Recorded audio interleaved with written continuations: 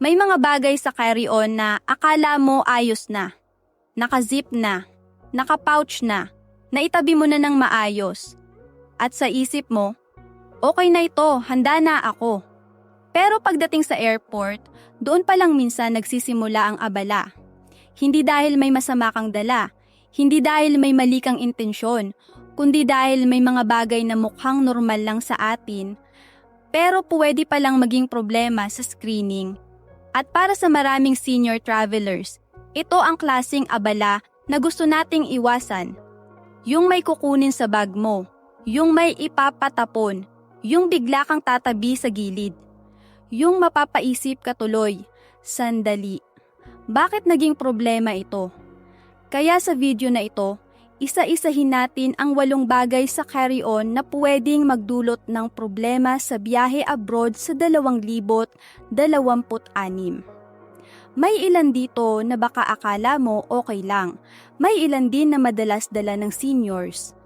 At may ilan na maliit lang tingnan pero pwedeng magpabagal ng proseso sa airport kapag hindi naihanda ng tama. Ako si Ate Clara. At sa channel na ito, ginagabayan ko kayo sa mga bagay na dapat malinaw bago pa kayo bumiyahe.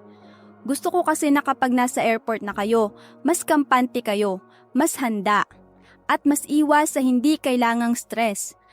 Kaya kung gusto ninyo ng ganitong klaseng malinaw at maingat na gabay, maaari ninyo itong i-like at mag-subscribe kayo sa channel.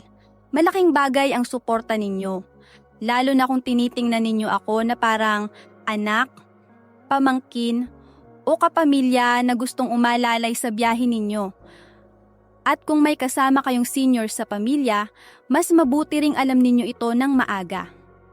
Ngayon, simulan na natin sa unang bagay na madalas, akala ng marami ay wala namang magiging problema, mga liquid na lampas 100 mililitro, na akala mo pwede pa rin. Maraming senior travelers ang tumitingin sa isang bote at iniisip, kaunti lang naman ang laman nito. O hindi naman puno. Sayang naman kung iiwan ko pa. At naiintindihan ko iyon. Kasi minsan, ang tingin natin ay laman, pero sa airport, ang tinitingnan ay lalagyan. At doon nagkakaroon ng abala. Sa carry-on, ang liquids, gels, aerosols, creams at pastes ay kailangang nasa container na 3.4 na ounces o 100 mililitro pababa. At ang mga ito ay kailangang ilagay sa isang quart size na clear bag. Iyan pa rin ang pangunahing rule sa security screening. Ang problema, maraming tao ang nag-aakalang kapag kaunti na lang ang laman ng 200 mililitrong bottle, pwede na iyon. Hindi ganoon ang tinitingnan. Kahit kalahati na lang ang laman, kung ang mismong lalagyan ay higit sa 100 mililitro, pwede pa rin itong hindi palusutin sa checkpoint. At dito madalas nadadale ang seniors. May lotion, may alcohol gel, may toothpaste, may face cream, may pasalubong na maliit tingnan pero hindi pala pasado ang size ng container. Minsan, dun pa lang sa harap ng screening area saka mo lang mapapansin. At ayaw natin ng ganoong abala.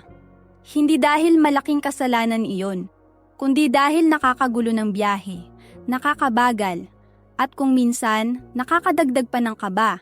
Mas mabuti na ang malinaw bago ka pa umalis ng bahay. Kapag liquid ang dala mo sa carry-on, huwag mong tingnan lang kung konti ang laman. Tingnan mo kung ano ang size ng bote. Basahin mo ang label. Hanapin mo kung 100 mililitro pababa ba talaga. At kung lampas doon, mas ligtas ilagay sa checked baggage kung maaari. May ilang exceptions para sa medically necessary liquids. Halimbawa, kung may medical need ka, may mga likido na pwedeng lumampas sa 100 mililitro sa makatuwirang dami para sa biyahe. Pero kailangan itong i-declare sa TSA officer sa screening. Kaya ang pinakamahalagang tandaan dito ay simple lang. Hindi porke maliit ang laman, ay pasado na. Sa carry-on, ang unang tanong ay hindi. Gaano karami ang natira? Ang unang tanong ay, gaano kalaki ang lalagyan? At kapag malinaw na ito sa iyo, mas panatag ang pagpack mo, mas maayos ang screening mo. at mas kaunti ang posibilidad na may maiwan ka pa sa checkpoint. 2, mga pagkain na hindi mukhang liquid pero pwedeng ituring na liquid sa screening. Ito ang bahagi na madalas nakakagulat kasi kapag sinabing liquid rule, ang unang pumapasok sa isip natin ay tubig, shampoo, lotion, perfume. Pero hindi doon natatapos yon. May mga pagkain na sa bahay, sa kusina, or sa travel bag mo parang ordinaryong pagkain lang. Pero sa airport screening, maaari silang ituring na liquid, gel, or spreadable item. At kapag lumampas sa 3.4 na ounces o 100 mililitro, pwede silang hindi payagang dumaan sa carry-on. Dito madalas nagkakaroon ng kalituhan. Kasi iniisip ng ilan, pagkain naman ito. Hindi naman ito inumin. Konti lang naman. Pero sa security, may simpleng prinsipyo ang TSA para sa maraming food items. Kapag ang pagkain ay kayang ibuhos, ipahid, i-spread, i-spray o ipump, madalas pumapasok ito sa liquid o gel category. Kaya ang yogurt, kapag nasa carry-on, allowed lang kung 100 mililitro pababa. Ganoon din ang peanut butter. Ganoon din ang jam at jelly. May hiwa-hiwalay na TSA pages pa mismo para rito at pare-pareho ang tuntunin nila sa carry-on, less than or equal to 3.4 na unsa / 100 mililitro lang. Kaya minsan, ang isang bagay na akala mo ay simpleng baon lang, iyon pa pala ang pwedeng magpahinto sa bag mo. At para sa maraming senior travelers, madaling maintindihan kung bakit ito nangyayari. Baka may gustong dalhin kaunting yogurt, baka may maliit na garapon ng palaman, baka may pasalubong na spread, baka may pagkain para hindi gutumin sa biyahe. Walang masama sa intensyon, pero mas mabuti na malinaw ito bago ka pa dumating sa airport. Kapag ang pagkain ay creamy, madulas na ipapahid o parang sarsa ang texture, huwag mo agad isipin na pareho lang ito ng solid food. Mas ligtas na isipin mo muna, posible bang ituring itong liquid?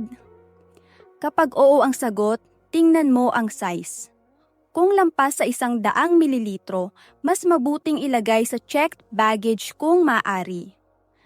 Sa madaling sabi, hindi lahat ng pagkain ay pare-pareho ang trato sa screening. May pagkain na pwedeng dalhin. May pagkain na pwede pero kailangang maliit lang. At may pagkain na akala mo ordinaryo, pero sa checkpoint ay tratong liquid pala. At kapag alam mo na iyan, mas maingat kang magpapak.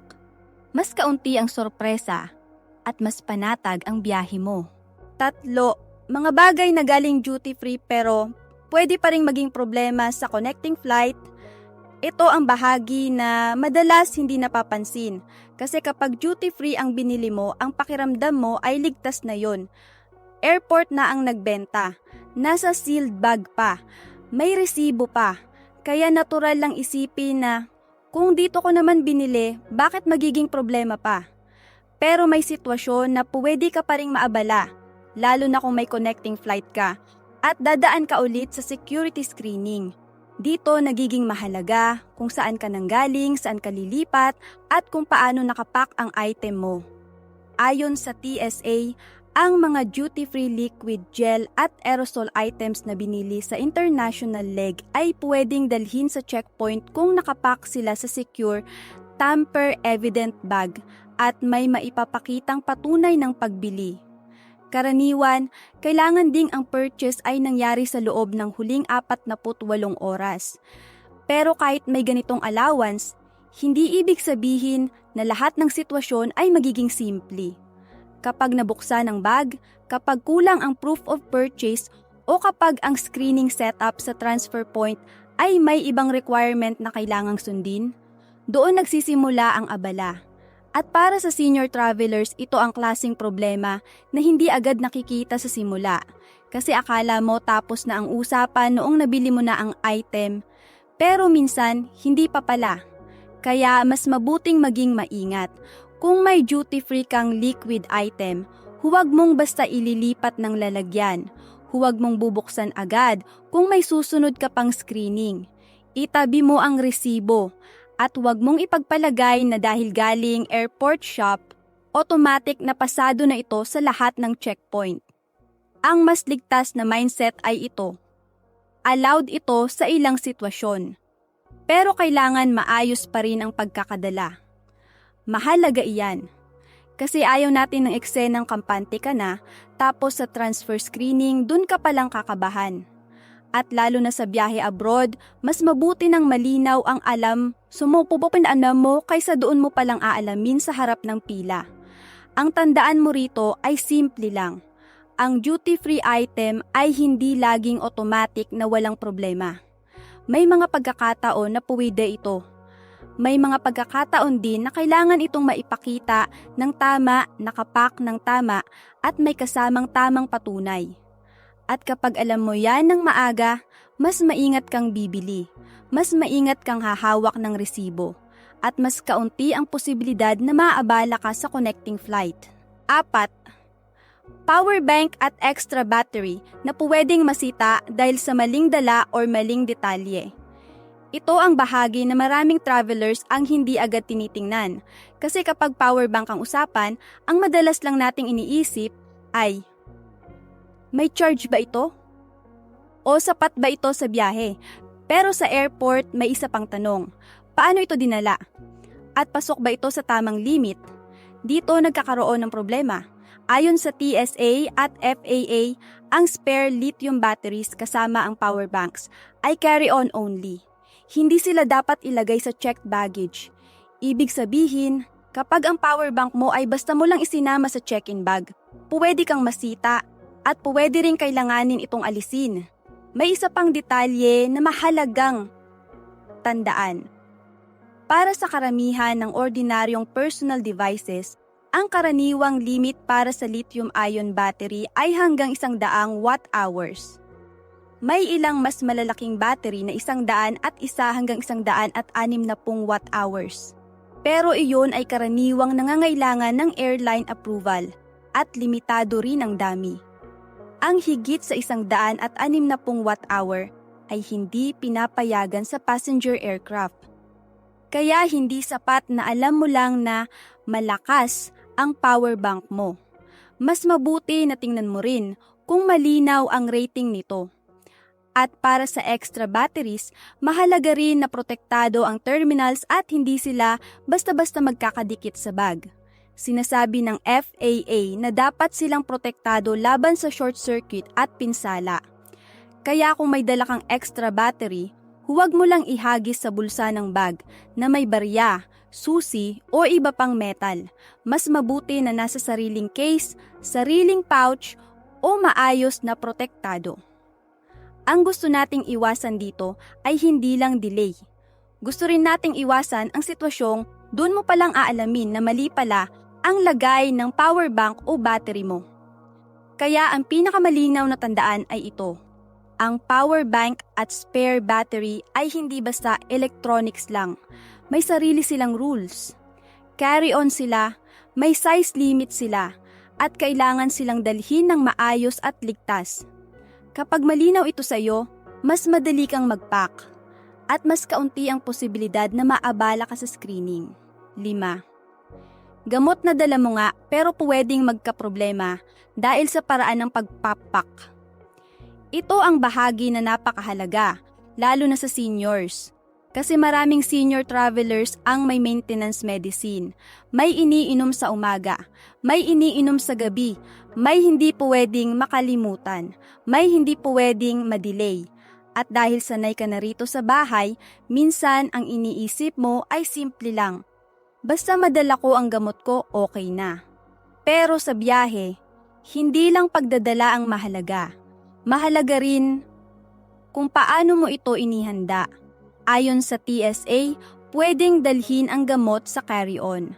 At sa totoo lang, mas mabuti pa nga kadalasan na nasa carry-on ito kaysa nasa checked baggage, lalo na kung importante ito sa biyahe at hindi dapat mawala sa tabi mo. Pero kahit pwede ang gamot, mas maayos pa rin kung malinaw ang pagpack mo. Halimbawa, kapag pills or tablets ang dala mo, dadaan pa rin iyan sa screening. At ayon din sa TSA, mas napapadali ang screening kapag clearly labeled ang medication. Ibig sabihin, ayaw nating sobrang magulo ang lagay. Kung pwede, panatilihing maayos ang label. Huwag halo-halo ang iba't ibang gamot na mahirap nang makilala. At kung may mahalagang detalye na kailangang makita, mas mabuting hindi iyon natatakpan o nawawala.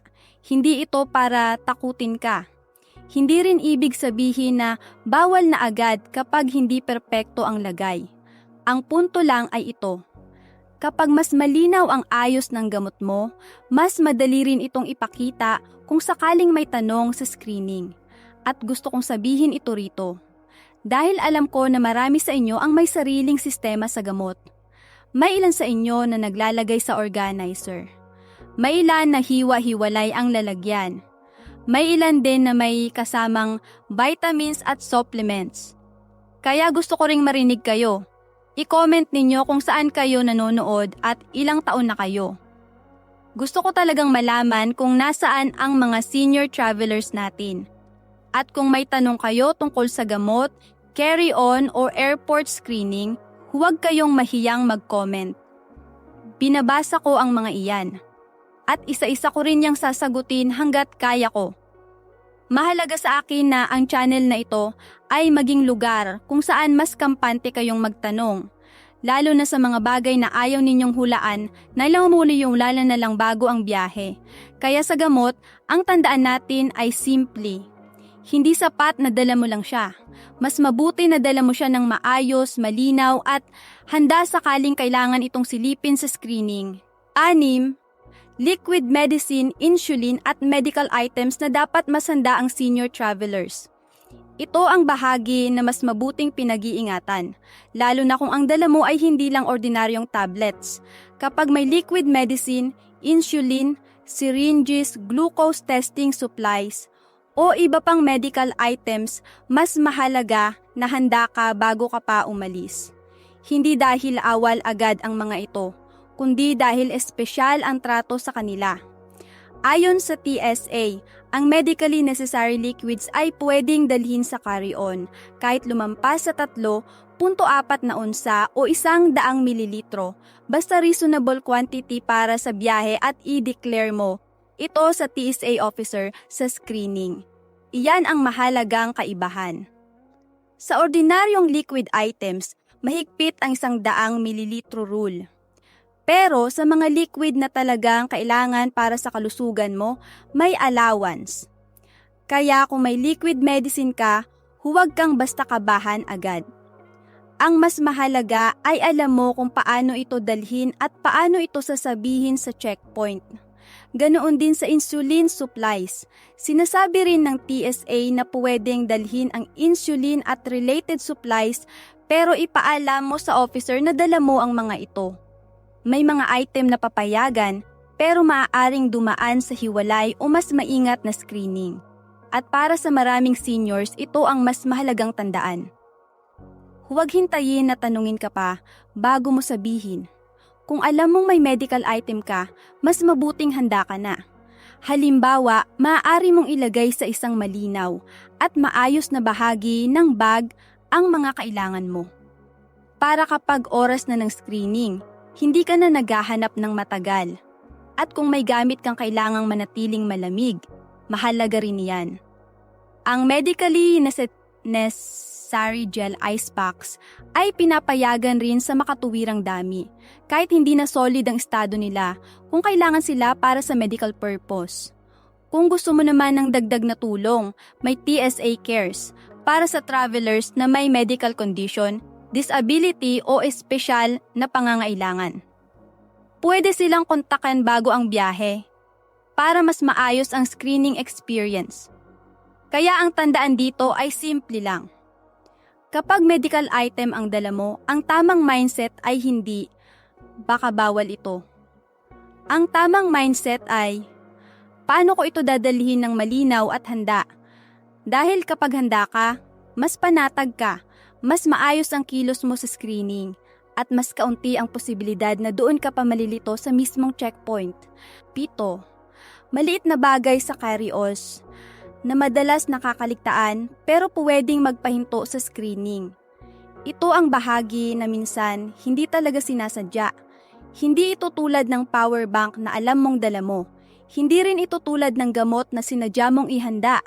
Ito ay yung maliliit na bagay na naiwan na lang sa bag, naihulog sa bulsa, naipasok sa side pocket, at nakalimutan na. At sa airport, iyan ang pwedeng maging dahilan kung bakit biglang hihinto ang bag mo sa screening.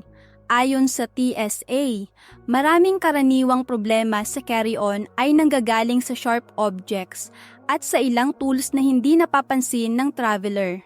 Halimbawa, ang gunting ay pwedeng dalhin sa carry-on kung ang talim nito ay mas maikli sa 4 na pulgada mula sa pivot point. Kung hindi, maaari itong hindi payagan. Ganito rin sa tools.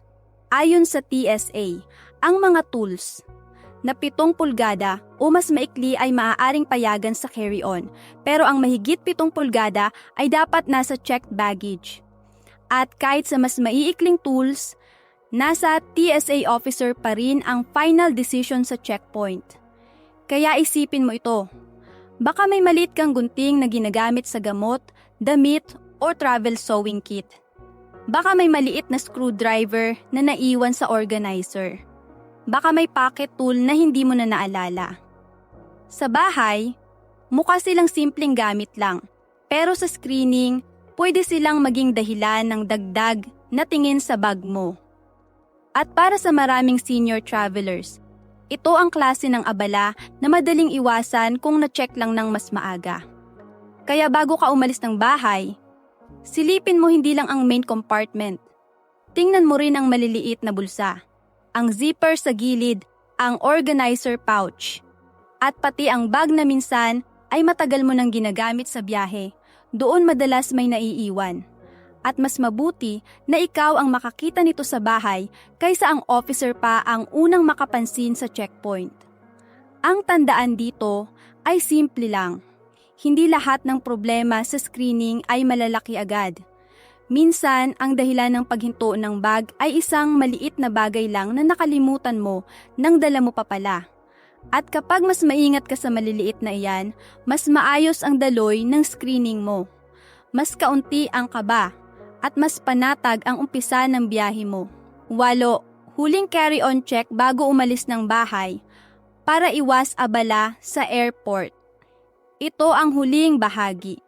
Pero para sa maraming senior travelers, ito rin ang isa sa pinakamahalaga kasi minsan ang problema sa airport ay hindi dahil may dala kang kakaiba. Minsan, nangyayari ito dahil hindi mo lang nasilip ng maayos ang bag mo bago ka umalis. At iyon ang gusto nating iwasan. Dahil kapag nasa bahay ka pa, may oras ka, may katahimikan, may pagkakataon kang mag-isip ng maayos. Pero kapag nasa airport ka na, iba na ang pakiramdam. May pila, may oras na hinahabol, may announcements, may kaba. At kung doon mo palang aayusin ang carry-on mo, mas nakakapagod iyon. Kaya bago ka umalis ng bahay, maglaan ka ng ilang minuto para sa isang huling tingin. Hindi ito kailangang komplikado. Tingnan mo lang ang carry-on mo na parang, ikaw ang unang mag-check nito. May liquid ba na lampas sa dapat? May pagkain ba na baka ituring na liquid? May duty-free item ka ba na kailangan pang dalhin ng maayos? May power bank or extra battery ka ba na nasa tamang lugar? May gamot at medical items ka ba na madaling makita kung kailangan? Hindi mo kailangang kabisaduhin ang lahat ng rules sa mundo. Ang mahalaga ay hindi minamadali ang huling paghahanda. May travel tip din ang TSA na ilagay ang mahalaga at regular na gamit, gaya ng medication sa carry-on. At bago bumiyahe, makakatulong din ang pag-check ng kanilang What Can I Bring deal. Tool kung may item kang hindi kasigurado. Napakalaking bagay nito kasi may mga item na mukhang okay sa atin pero iba pala ang tingin sa checkpoint. At mas mabuti na sa bahay mo palang iyan nalilinaw kaysa sa harap ng officer. Para sa akin, ang huling carry-on check ay hindi tungkol sa takot. Tungkol ito sa kapanatagan. Iyong pakiramdam na bago ka lumabas ng pinto, alam mong maayos ang dala mo. Alam mong hindi ka basta huhula-hula. At alam mong ginawa mo ang parte mo sa paghahanda. Kaya bago ang susunod mong biyahe, huwag mo itong laktawan. Isang maikling tingin lang, isang maayos na check, isang sandali ng paghahanda. Minsan, iyan lang ang pagitan ng magulong screening at mas maayos na simula ng biyahe. Kung napansin ninyo, wala naman dito sa video ang sobrang mahirap intindihin. Hindi rin ito tungkol sa pagiging expert. Hindi ito tungkol sa pagiging sanay na sanay sa airport. Minsan, ang kailangan lang talaga ay malinaw na paghahanda. Kasi ang totoo, maraming abala sa airport ang hindi nanggagaling sa malalaking pagkakamali. Minsan, nanggagaling lang ito sa isang bote na mali ang size. Sa isang pagkain na iba pala ang tingin sa screening. Sa isang power bank na nailagay sa maling bag. Sa gamot na hindi mo naayos ng mabuti. O sa maliit na bagay na naiwan lang sa bulsa ng carry-on mo. At lalo na para sa seniors, malaking bagay na hindi ka na maaabala pa sa mga bagay na pwede namang na-check ng mas maaga. Kaya bago ang susunod mong biyahe, huwag mong isipin na sapat na ang bahala na, baka okay na ito.